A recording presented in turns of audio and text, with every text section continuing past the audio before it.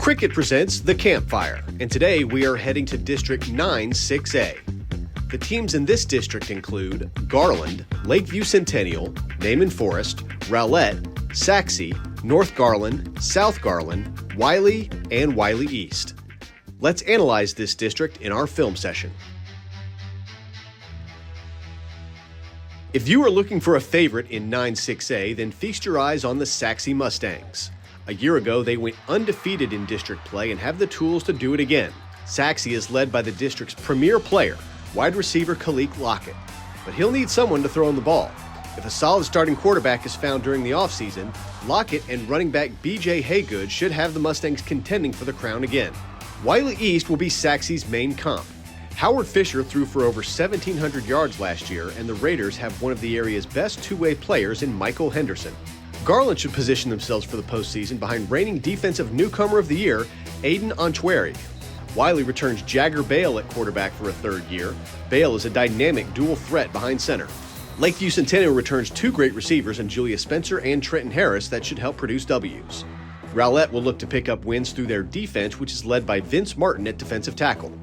Naaman Forest is another team with a three-year starter at quarterback and coach's son D'Angelo Perales. North Garland will lean on sophomore quarterback Christian Hampton to continue his growth that earned him Offensive Newcomer of the Year as a freshman. South Garland went 0-8 in district play last year, but has a strong offensive line for the 2024 season.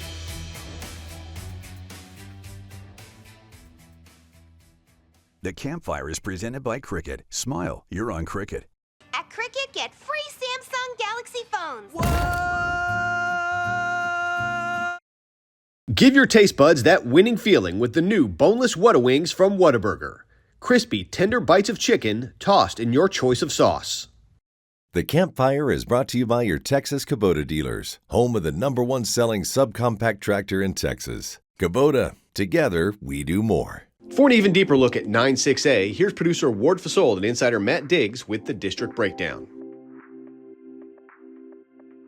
It's another district breakdown. It's Matt Diggs. It's the Wizard. We are talking 9-6A, the Garland district, who, if you remember last, or maybe it was a couple weeks ago, where Dixie said, you know what, we're going to give a little bit more respect to 9-6A than we have in the past. And we are, because they got some quality top. It's a little top heavy, but those teams are quality, and we're hoping they actually pull out a first round win. Maybe that's overstepping it, a first round playoff win, maybe a team or two. But tell me who you got at the top, because I know who I got at the top. I got Kalik Lockett in the Sachse Mustangs, but who do you got?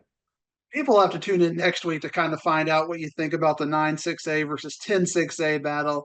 I like you, Ward. I've got Kalik Lockett at the top. I've got Sachse. I really like Sachse. The big question for me, though, Ward, about who's going to throw the ball to Kalik Lockett is we know he's going to catch the ball. We know he's going to make some incredible plays. My internal research, I've got a player named Dirk Williams is kind of that kid who's going to be there and throw the ball. But, that could be a big factor for Sachse is who's going to be the quarterback. You got Brendan Haygood coming back as well. So you've got a lot of really good skill players. All right, give me your 1 through 9 here real quick. About the Sachse Mustangs, #1, Wiley East, #2, Wiley, #3, Lakeview Centennial, #4, Naaman Forest at #5, Rowlett at #6, Garland at #7, North Garland at #8, and South Garland at #9. There you have it. And they play 10-6A next in the first round of the playoffs. That's who we're talking about next week. That's a 7-team district. They could have traded off a team here and have 8-8, but that's not the way it went. So Diggs, I'm eager to hear what you say about 10-6A next week. Got a lot to talk about with 10-6A. We got two new teams up from 5A. We got Forney and Longview. I know you love talking about Longview in the DFW district, but all of that, and for the first time in a while, Ward, I'm not going to be very high on Longview. You'll have to tune in to find out why. I got to figure that out. All right, y'all tune in next week. We'll post the entire breakdown segment this Wednesday on our social media pages. Now let's take a look at some game changers and our players on the rise, brought to you by Parker University. Clearly the best player in this district is wide receiver Kalik Lockett of Sachse. The tall, athletic receiver can make every play on the field from the receiver position. Last year, he caught 59 balls for 1,300 yards and 13 touchdowns for the Mustangs. Kalik has a 6'7" wingspan and tremendous hands as he turns 50-50 balls into 80-20 in his favor. Lockett will be a Power 5 receiver and has the potential to play on Sundays. Put Wiley East's Michael Henderson anywhere on the field and watch him make plays. 9-6A's premier two-way player, Michael stars at running back and safety. In college, he'll be in the defensive backfield where he made 40 tackles and 3 picks a year ago. On offense, Henderson ran for 657 yards and 11 touchdowns for the Raiders. Michael committed to Texas Tech for his college ball. Going into his 3rd year as Lakeview Centennial's main target, Julius Spencer is looking for another standout season. As a sophomore, Spencer caught 55 balls for 827 yards and 7 scores. He followed that up with a junior campaign that saw him snag 59 passes for 696 yards and 11 touchdowns. Look for Julius to tack on another tremendous year before heading to Texas State for his college ball. The Defensive Player of the Year in 9-6A was Saxe linebacker Sean DeVault. The big, strong linebacker made 116 tackles and 7 sacks in 2023 as he led a Mustang defense that went undefeated in district play.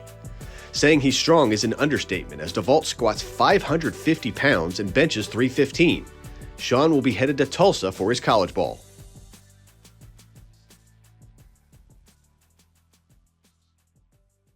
Players on the Rise is brought to you by Parker University. Check out our bachelor's degree in strength and human performance today. The Campfire is presented by Cricket. Smile, you're on Cricket.